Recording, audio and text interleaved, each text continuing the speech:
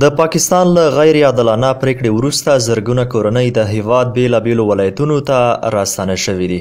بلخ ولایت ته راغلي یو شمېر افغان کډوال که له یوې خوا خپل هیواد ته په راتګ خوښي څرګندوي، خو بل لور ته بیا پاکستان کې ورسره شوي ظلمونه دوی ته د منلو وړ نه دي. په دې کډوالو کې چې ځینو یې په لسیزو په پاکستان هیواد کې ژوند کړی دی، له دغه هیواد څخه په زوره د راشړل کېدو او ورسره د شویو ظلمونو په اړه داسې کیسې کوي.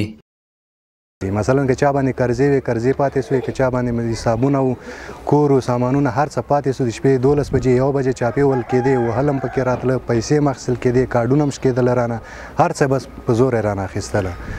نو په دغه حساب قرضې هم پاتې سوې، هر څه مکمل حسابونه، کتابونه، موټر او چې چا کومو خلکو مځکې اخیستې وي، کورونه یې هغه هم ترېنه پاتې سو، په وچ زور راووتو. نو ډېر بې عزتۍ سره راووتو. دغسې د ریاست مهاجرین ته موږ یو درخواست دی چې موږ سره همکاري وکړي او دغه کسانو ته چې یو ځای معذبه ځای ورته پیدا کړي، یو سرپناه ورته پیدا شي دی. اوس د روانې نومبر میاشتې له لومړۍ نیټې راوروسته د پاکستان حکومت له لوري د زرګونه بې اسناده او غیر قانوني افغان کډوالو د ایستلو لړۍ پیل کړې ده. اوس اندېښنې دا دي چې له یو پلوه د ژمي سوړ موسم را رسېدونکی دی او له بل پلوه د سرپناه کاري زمینې نشتوالی او ورته نورې هغه ستونزې دي چې افغانستان ته راغلي په زرګونه کډوال یادونه کوي. یو شمېر افغان کډوال بیا له حکومت څخه د سوړ ژمي موسم پر رسېدو سره د سرپناه کار او نورو ګڼو اسانتیاوو غوښتنه کوي. نو د طالبان ورونو څخه موږ دغه خواهش لرو چې موږ ته یو زمینه د کار برابره کړي او موږ ته یو ځای راوښیي، یو نمرګه راکړي، یو ځای وټاکي، موږ سره مرستې وکړي، کومکونه وکړي.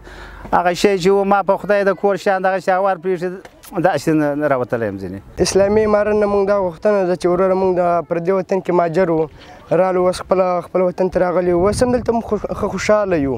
بیا دې د خیر دی بیا مې ویسي چې دا غوښتنه مې ورنه ده چې دلته د مهاجرو سره لږ لاس ونیسي، همکاري ورسره وکړي. دا خو هلته پردي وطن کې ول او دلته مځکې ورکړي، سترایونه ورکړي، یو شی ورله جوړ کړي. نه مقصد دا خو دلته اول دا زه خپله هم دلته نه مځکه لرم. ورته مهال بیا د بلخ ولایت د کډوالو بیرته راستنېدونکو چارو ریاست مسؤلین وایي تر دې دمه یې د دوی پوره لاسنیوی کړی دی او په راتلونکي کې په هره برخه کې د پلانونو خبر ورکوي. د دوی د معلوماتو پر اساس دا مهال بلخ ولایت له پاکستان څخه په زرګونه کورنۍ راغلي دي چې د دوی لپاره په ځانګړي شوي پنډغالي کې د اړتیا وړ اسانتیاوې برابرې کړي او سربیره پر دې د ځایي اوسیدونکو له لوري توت هرکلی او ښه پالنه هم شوې ده.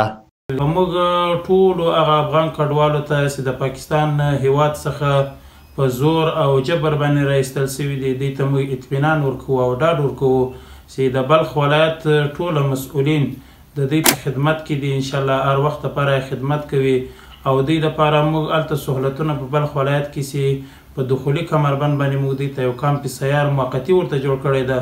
هلته هغه ضرورت د صحت په بخش کې هم ضرورت یې ورته رفع کېږي او اولیه کومکونه چې هلته ورسره کېږي، په خپله کمپ کې نغدي کومک هم ورسره کېږي، غذایي کومکونه ورسره کېږي. بعدي مؤسساتو موږ سره وعدې کړي دي، هم د دې سره کومکونه انشاءالله کوي.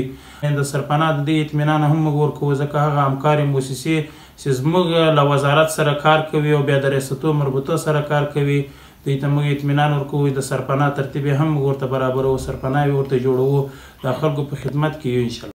د پاکستان هیواد له لوري د افغان کډوالو په زور او جبر د راایستلو لړۍ د روانې نومبر میاشتې په لومړۍ نیټه پیل شوې چې د معلوماتو له مخې بلخ ولایت ته تر دا مهاله پورې شاوخوا 3000 کډوال بیرته خپلو اصلي مینو ته راستنه شوي دي.